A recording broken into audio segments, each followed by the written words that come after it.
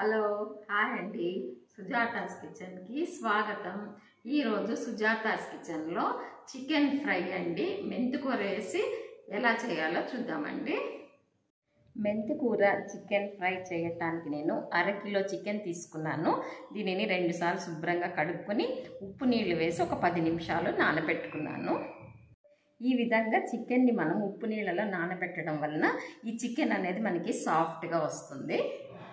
మెంతికూర chicken fry తయారు చేయడానికి నేను గిన్నెలో నూనె వేస్తున్నాను.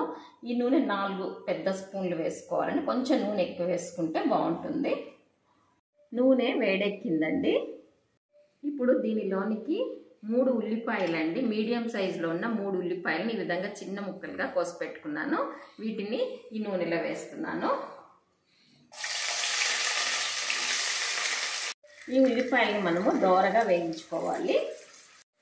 ఈ ఉల్లిపాయలు లైట్ బ్రౌన్ కలర్కి వచ్చాయి కదండి. ఇప్పుడు దీనిలోనికి మనము ముందుగా ఉప్పు నీళ్ళలో నానబెట్టుకున్న చికెన్ని వేసేయాలి.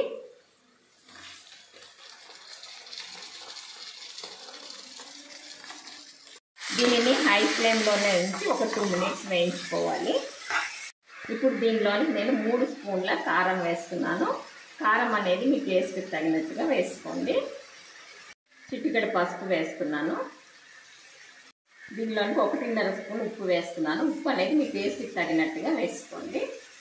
ఇవన్నీ వేసిన తర్వాత మనము హై ఫ్లేమ్లోనే ఉంచి స్టవ్ని 5 నిమిషాలు వేయించుకోవాలి. ఇప్పుడు దీనిలోనికి 1 స్పూన్ అల్లం వెల్లుల్లి పేస్ట్ వేస్తున్నాను. అల్లం వెల్లుల్లి పేస్ట్ వేసిన తర్వాత స్టవ్ని హై ఫ్లేమ్లోనే ఉంచి ఒక 2 నిమిషాలు వేయించుకోవాలి. తర్వాత స్టవ్ని సిమ్లో పెట్టేసి మనం మూత పెట్టుకోవాలి. ఇప్పుడు స్టవ్ని సిమ్లో పెట్టేస్తానండి. దీని మీద నేను ఒక మూత పెట్టేస్తున్నాను. ఇప్పుడు చికెన్ ఫ్రైలోకి మనం మసాలా రెడీ చేసుకోవాలి. దానికోసమని నేను గసగసాలు ఈ స్పూన్ తోటి ఒక 3 స్పూన్ల గసగసాలు వేస్తాను. ఒక 4 స్పూన్ల ధనియాల పొడి వేస్తున్నాను. 6 లవంగాలు వేస్తున్నాను. 1 ఇంచు వరకు దాల్చిన చెక్కని ఈ విధంగా చిన్న ముక్కలు చేసి వేస్తున్నాను.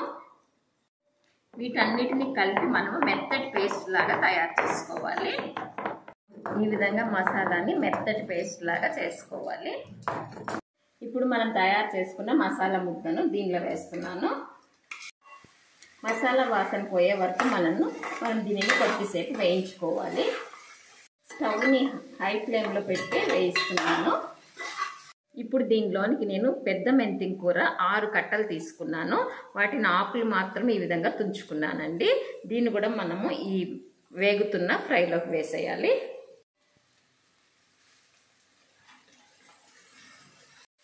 ఆకు వేసిన తర్వాత మనము స్టవ్ని హైలోనే ఉంచి ఒక 5 నిమిషాలు వేయించాలి. 5 నిమిషాలు వేగిపోయింది. ఇప్పుడు మనం స్టవ్ని సిమ్లో పెట్టి దీని మీద మూత పెట్టేద్దాము.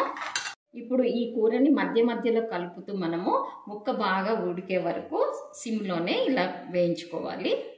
15 నిమిషాలు అయిపోయిందండి. ఇప్పుడు చూసారా, సాఫ్ట్గా ఉడికిపోయింది చికెన్. ఇప్పుడు స్టవ్ ఆఫ్ చేసేస్తున్నాను. ఇప్పుడు దీన్ని నేను డిష్ అవుట్ చేస్తున్నాను.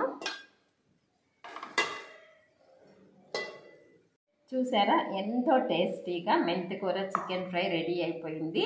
మనం ఇందులో మెంతికూరని వాడటం వల్ల మెంతికూర అనేది మనకి ఆరోగ్యానికి చాలా మంచిది కదండి.